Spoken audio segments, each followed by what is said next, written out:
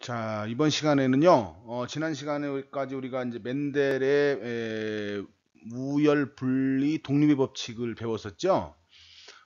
그런데 그 법칙으로 설명할 수 없는 몇 가지 유전 현상들이 있어요. 그래서 그런 것들에 대해서 이번 시간에 하도록 하겠습니다. 여러분들 교과서 77쪽에 보면 멘델 법칙의 확장이라고 하는 단원이 되겠어요.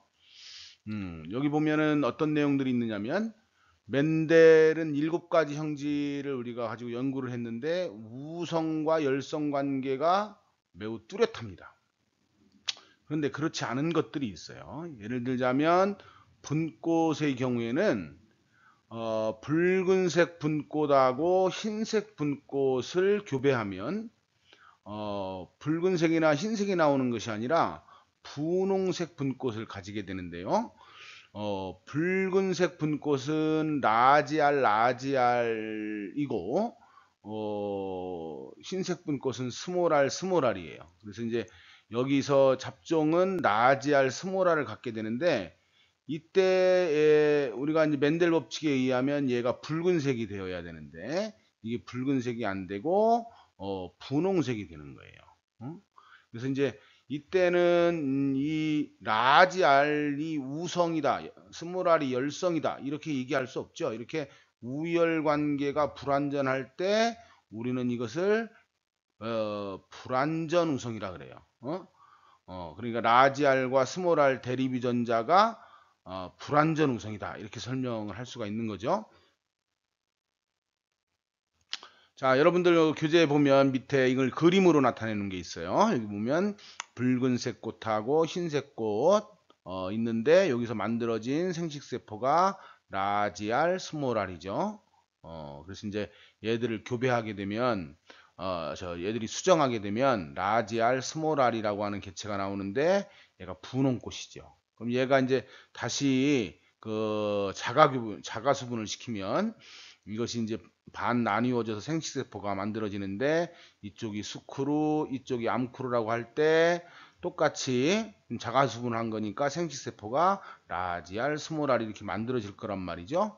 그럼 이제 라지알과 라지알이 만나면 붉은 꽃, 라지알, 스몰알은 분홍꽃, 스몰알이 만나면 얘는 흰색 꽃. 그래서 표현형의 분리비가 3대1이 아니고 1대 어때요? 2대 1이 되죠. 이러한 유전현상을 우리가 뭐라 그러냐면 이렇게 일어나는 유전현상을 중간유전이다 이렇게 얘기합니다. 중간유전. 중간유전은 멘델 법칙의 우열 법칙과 달리 이게 3대1이 아니고 어떻다? 표현형의 분리비가 1대2대 1이다라고 하는 거. 다음에는 복대립 유전에 대해서 하겠습니다. 복대립 유전. 우리 이제 그 혈액형 유전자가 바로 이제 복대립 유전자인데 혈액형 중에 이제 ABO식 혈액형이 있잖아요. 우리가 이제 RH식 혈액형도 있는데 그 혈액형에 관한 내용은 뒤에 가서 배우니까 여기서는 우선 ABO식 혈액형을 가지고 설명을 합시다. ABO식 혈액형은요. 대립 유전자가 보통 우성, 열성 유전자 이렇게 해서 두 개가 한 쌍이잖아요. 그런데 얘들은 세 가지로 돼 있어요. 세 가지. 그 세 가지 대립 유전자가 바로 요거죠. 음? 음. 그래서 이제 여기 A하고 IB라고 하는 대립 유전자는 적혈구가 이렇게 있으면 적혈구 표면에 뭐가 있어요? 헤모글로빈이라고 하는 단백질이 있는 거 아시죠? 얘들이 바로 산소 운반을 하잖아요. 근데 이런 거와 달리 또 붙어 있는 단백질들이 있는데 요것 중에 응집원으로 작용하는 것들이 있어요. 어떤 건 뭐 네모나고 어떤 건 예를 들어서 세모나고 뭐 어떤 건 뭐 별표고 막 이런 것 중에 응집원으로 작용하는 게 있는데 그 중에 요 뭐 예를 들어서 네모난 요것을 우리가 이제 응집원 A다 이렇게 얘기하고 여기 세모난 것을 우리가 응집원 B다 이렇게 얘기하면 이 IA 유전자에서 응집원 A가 만들어지고 IB 유전자에 의해서 응집원 B가 만들어지는 거예요. 그 외의 다른 응집원들은 다음에 설명한다고 그랬어요. 우선 요 두 가지만 가지고 하자고요. 자, 그런데 I는 이런 응집원을 스몰 I는 이런 응집원을 만들지 못해요. 응? 그래서 이제 i는 iA와 iB에 대해서 열성이에요. 그래서 이제 iA와 iB는 얘들은 우열 관계가 없어요. 그래서 이걸 공우성이라고 그러는데, 아까 불완전 우성과 다른 것은 얘들이 서로에게 영향을 주지 않아요. 아까 얘들은 어땠어요? 붉은색하고 흰색이 어떻게 해요? 서로 영향을 주기 때문에 얘가 분홍색이라고 하는 색깔이 나왔잖아요. 중간적으로. 근데 얘들은 뭐 A가 B에 영향을 주고 B가 A에 영향을 주고 이런 게 아니에요. 서로 독립적이에요. 그래서 우리는 이것을 공동우성 또는 동자를 빼고 공우성 이렇게 설명합니다. 그래서 이제 불완전 우성하고 공우성은 조금 달라요. 공우성은 서로에게 영향을 주지 않는다라고 하는 거 이제 꼭 생각을 하고 있으셔야 됩니다.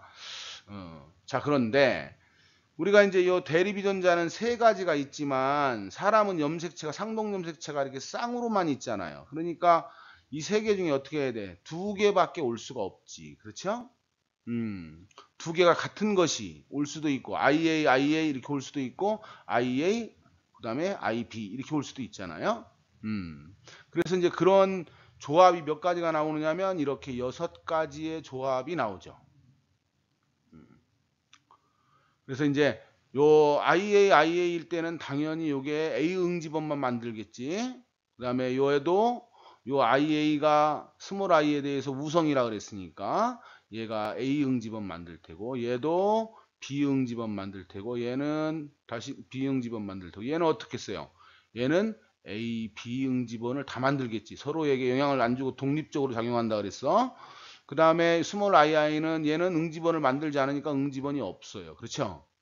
그러면 결국 얘들 두 개는 A형이 되고 얘들 두 개는 B형이 되고 얘들은 AB형이 되고 얘는 O형이 되는 거라고요. 무슨 얘기인지 알겠죠?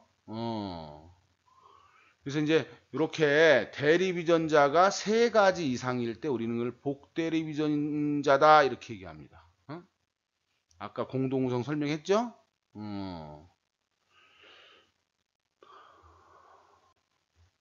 자, 지금 선생님이 설명한 내용을 그림으로 또 이렇게 그려져 있잖아요. 그래서 IA일 때, IA, 그 다음에 스몰 i일 때 모두 A형을 나타내게 되는데 얘들은 적혈구 표면에 응집원 A를 갖게 된다. 이렇게 네모난 응집원을 만들게 된다는 거죠.